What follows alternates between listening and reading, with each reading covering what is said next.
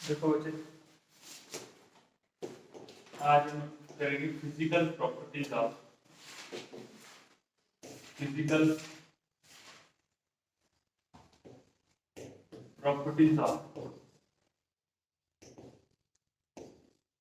Amino acids. ठीक है, लिखो इसका पहला फिजिकल प्रॉपर्टी लिखिए।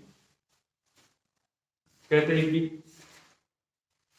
अमाइनो एसिड जो है कलरलेस होते हैं,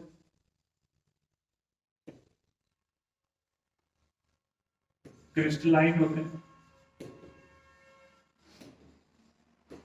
कलरलेस है, क्रिस्टलाइन सॉलिड्स। ठीक है, अमाइनो एसिड कलरलेस होता है, क्रिस्टलाइन सॉलिड्स होते हैं। Second point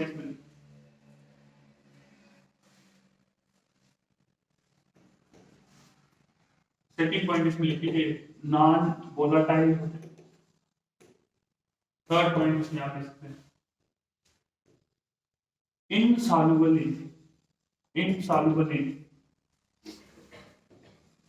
non polar solvents. Non polar solvents यहाँ पे जिसके ऊपर चार्ज सेपरेशन नहीं होता। ठीक है, बेंजीन हो गया एक्सेट्रा जो सॉल्वेंट्स है हमारे पास। तो अगर नॉन पोलर में इनसॉल्युबल है तो नेचुरल सी बात है कि ये पानी के अंदर क्या होगा, सॉल्युबल होगा। ठीक है, देखेंगे बाद में इसके कि ये कितना ज्यादा सॉल्युबल है कि नहीं। ठीक है, और इसी के साथ हम लिख सकते हैं कि बटा सॉल्युबल इन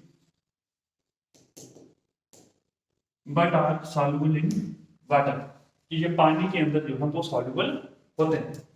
कर लिए। ठीक, नेक्स्ट प्रॉपर्टी लिखिए इसकी।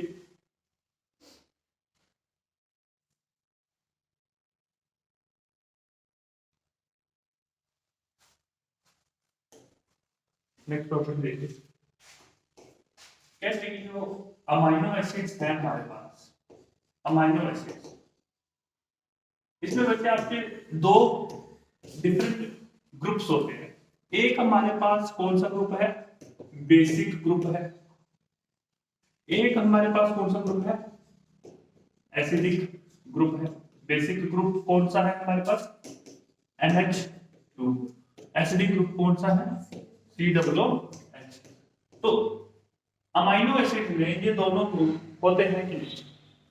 अब कहता है कि अमाइनो एसिड्स ना तो वो बेसिक होता है और ना ही वो एसिडिक होता है।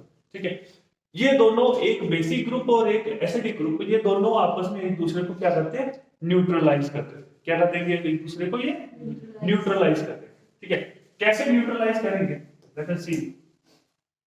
जैसे कि आपके पास कार्बन, एक आपके पास NH2 ग्रुप है ऊपर, इधर आपके पास COOH है, इधर आपके पास कोई भी R ग्रुप आ सकता है और नीचे आपके पास एक हाइड्रोजन है। अगर हम यहाँ पे क्या होता है कि ये वाला जो आपका हाइड्रोजन है एसिडिक ग्रुप का, COOH एक एसिडिक ग्रुप, और एसिडिक ग्रुप क्या करते हैं, एसिड्स क्या करते हैं, H पॉजिटिव को रिलीज करते हैं। ऐसे रिजल्ट क्या होगा, यहां से ये H पॉजिटिव बन के रिलीज होगा और इस नाइट्रोजन पे आके अटैच हो जाएगा। क्या बन के, H पॉजिटिव बन के रिलीज होगा और कहां पे चला जाएगा, नाइट्रोजन के पास। क्योंकि आप जानते हैं नाइट्रोजन के पास एक वेकेंट लोन पेयर होता है, वो लोन पेयर क्या करेगा, हाइड्रोजन को देगा। तो क्या बनेगा इसका, ये जो है जी बच्चे आपका कुछ इस तरह से बन जाएगा, RC ऊपर NH3 और फिर नाइट्रोजन के ऊपर क्या चार्ज आ जाएगा, पॉजिटिव, और इधर आपके पास कौन सा चार्ज आ जाएगा, नेगेटिव, है कि नहीं, COO नेगेटिव। बचला कि नहीं। अभी हमारे पास जो अमाइनो एसिड है ये एक ऐसा ग्रुप बन गया, ये पूरा मॉलिक्यूल, अब हम पूरे मॉलिक्यूल की बात कर रहे हैं, ये पूरा मॉलिक्यूल हमारे पास एक ऐसा ग्रुप बन गया जहां पे कितने चार्जेस हैं, दो चार्जेस। कितने चार्जेस हैं, दो चार्जेस। कौन कौन सा चार्ज है, एक पॉजिटिव और एक नेगेटिव। ऐसा मॉलिक्यूल जिसके ऊपर दो चार्जेस हैं और वो अमाइनो एसिड है, इसको हम दो नाम से बुलाते हैं। या तो इसको हम बोलते हैं इंटरनल साल्ट। क्या बोलते हैं इसको? Internal salt. क्योंकि अगर हम साल्ट की डेफिनेशन पढ़े तो उसमें भी क्या होता है, एक एसिड और बेस का मिक्स होता है। एसिड पॉजिटिव, बेस नेगेटिव है कि नहीं? OH नेगेटिव, H पॉजिटिव, तो दोनों का मिक्स होता है तभी साल्ट बनता है। तो जहां पे भी आपके पास क्या है, एक पॉजिटिव एक नेगेटिव, तो मतलब कि ये आपको क्या बन गई, इंटरनल साल्ट। या फिर इसको यहाँ पर दूसरा नाम कौन सा दिया जाता है, ज्विटेराइन। ZWITERION,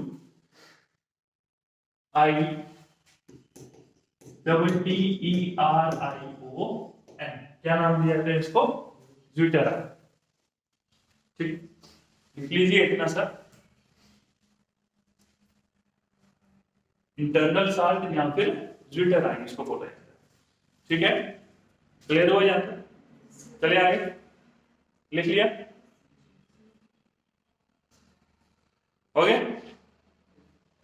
चलिए अब आगे वो एक प्रॉपर्टी बता रहा है, iso electric point of amino acid. Next property, iso electric point of amino acid. अब इसमें देख लीजिए कैसे होगा। पहली बार आइसो इलेक्ट्रिक पॉइंट क्या होगा, ठीक है?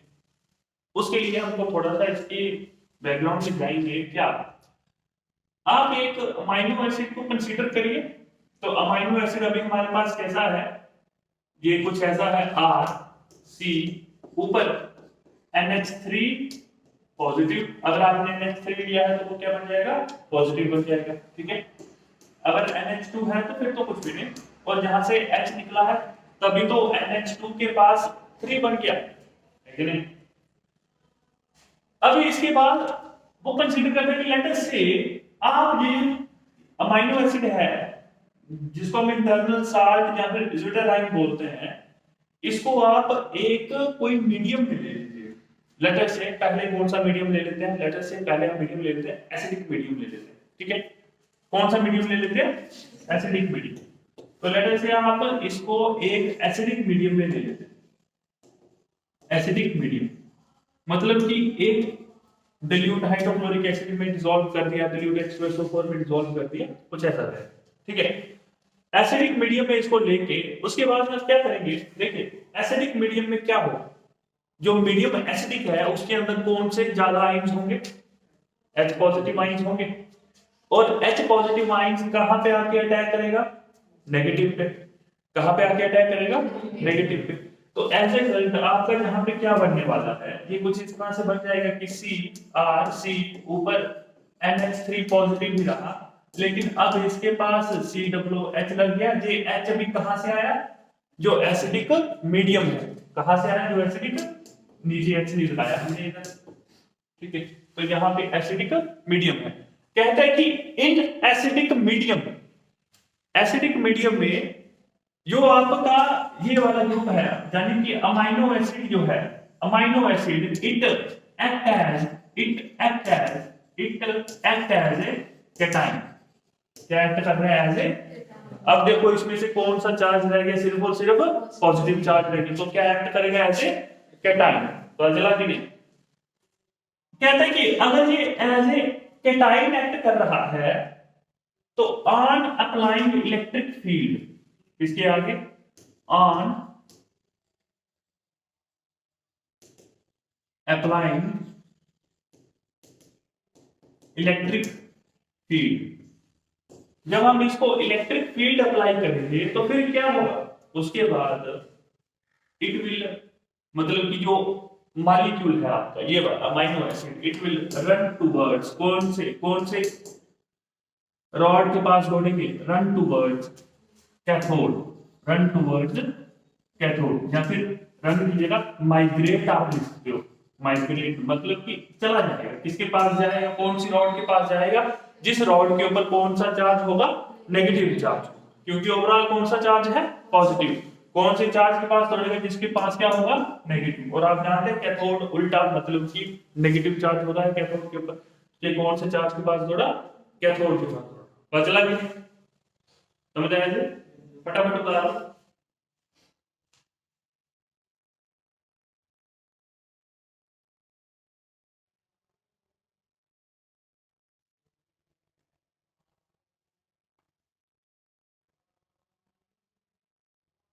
हो गया? ठीक है, चलिए। अब अगर हम उसी सेम बात को हम कहते हैं कि आप अभी क्या करिए, R C NH3 positive, sorry positive जो है वो नाइट्रोजन के ऊपर, NH3 positive C double negative, नीचे इसका एक H। अब आप इसको कौन से मीडियम में लेने वाले हैं? अब कौन सा मीडियम लेते हैं हम इसका? Basic medium. कौन से मीडियम में?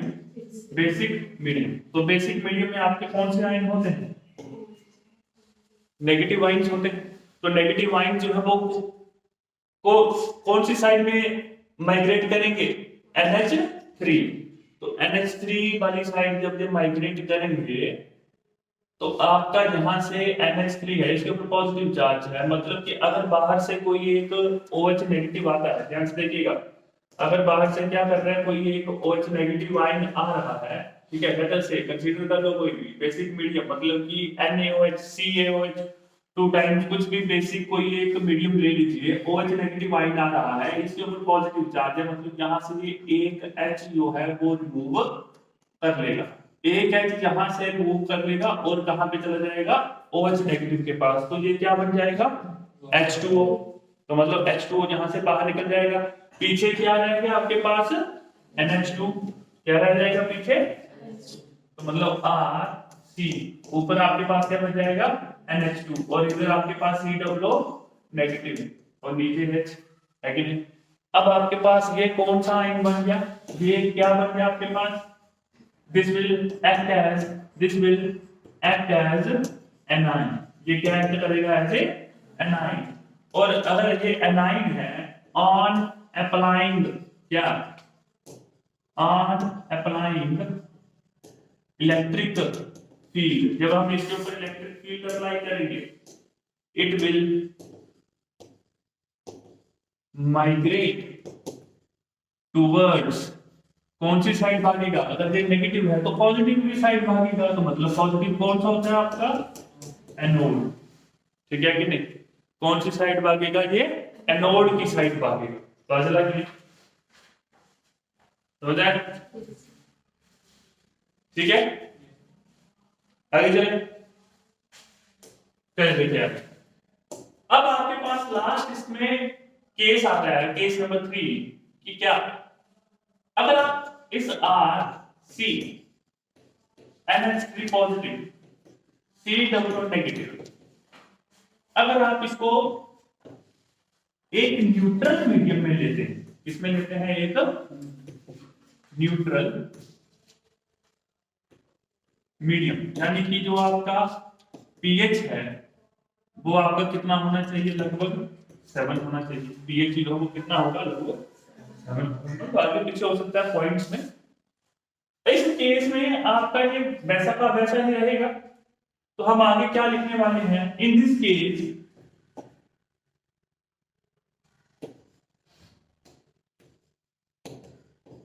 केस द डबल आयन है, बेसिकली तो डबल आयन को हम बोलते हैं ज्यूटर आयन। ठीक है, the zwitter ion will not migrate towards any electrode, ये किसी भी इलेक्ट्रोड की साइड माइग्रेट नहीं करेगा, ना ही पॉजिटिव की साइड ना ही नेगेटिव की साइड। अब आपकी आती है मेन डेफिनेशन। क्या डेफिनेशन आती है? The pH at which there is no net migration. लिखिए, द pH एट विच, जो मेन डेफिनेशन है आइसोइलेक्ट्रिक पॉइंट की, कहते हैं the pH at which there is no net migration there is no net migration of the amino acids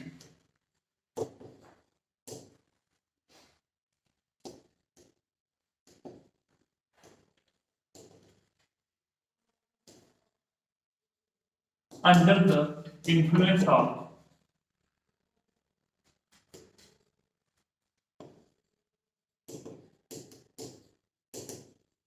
electric field. Under the influence of electric field is called isoelectric point. Is called isoelectric point.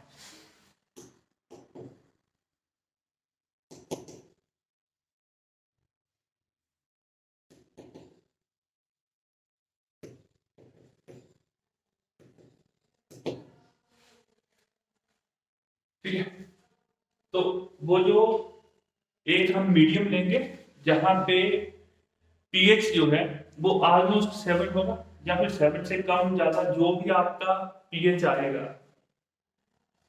मतलब ऐसा pH होना चाहिए जहां पे जो ion है, जो zwitter ion है हमारे पास, ये वाला, ये ना तो एनोड की तरफ माइग्रेट करे ना तो कैथोड की तरफ माइग्रेट करे। तो ऐसा पीएच, ऐसे पॉइंट पे हम उसको बोलेंगे कि ये कौन सा पॉइंट है हमारे पास, आइसोइलेक्ट्रिक पॉइंट है। समझ आएगी? बताइए इसको फटाफट फिर आगे करते हैं।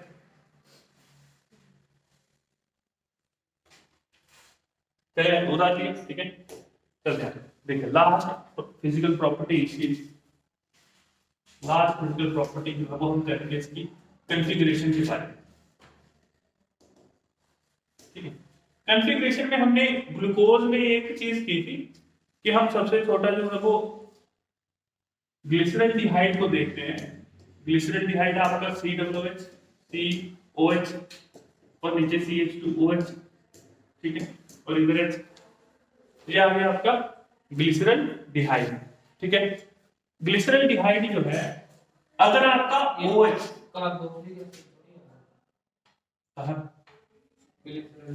ऊपर, हाँ ऊपर सॉरी CHO तो क्या है CH2, ठीक है।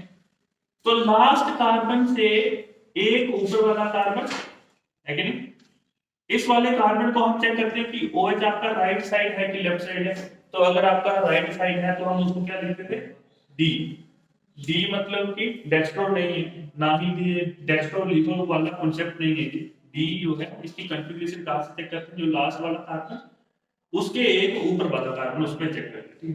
अगर तो ये आपका ऐसा कुछ हो जाता, C इधर H आ जाता, इधर आपके पास OH आ जाता और नीचे आपका CH2OH, तो हम इसको क्या लिखते L, है कि नहीं, क्योंकि ये कौन सी साइड आ गया, लेफ्ट साइड आ गया। सिमिलरली जो है वो हमारे पास अमाइनो एसिड आते हैं।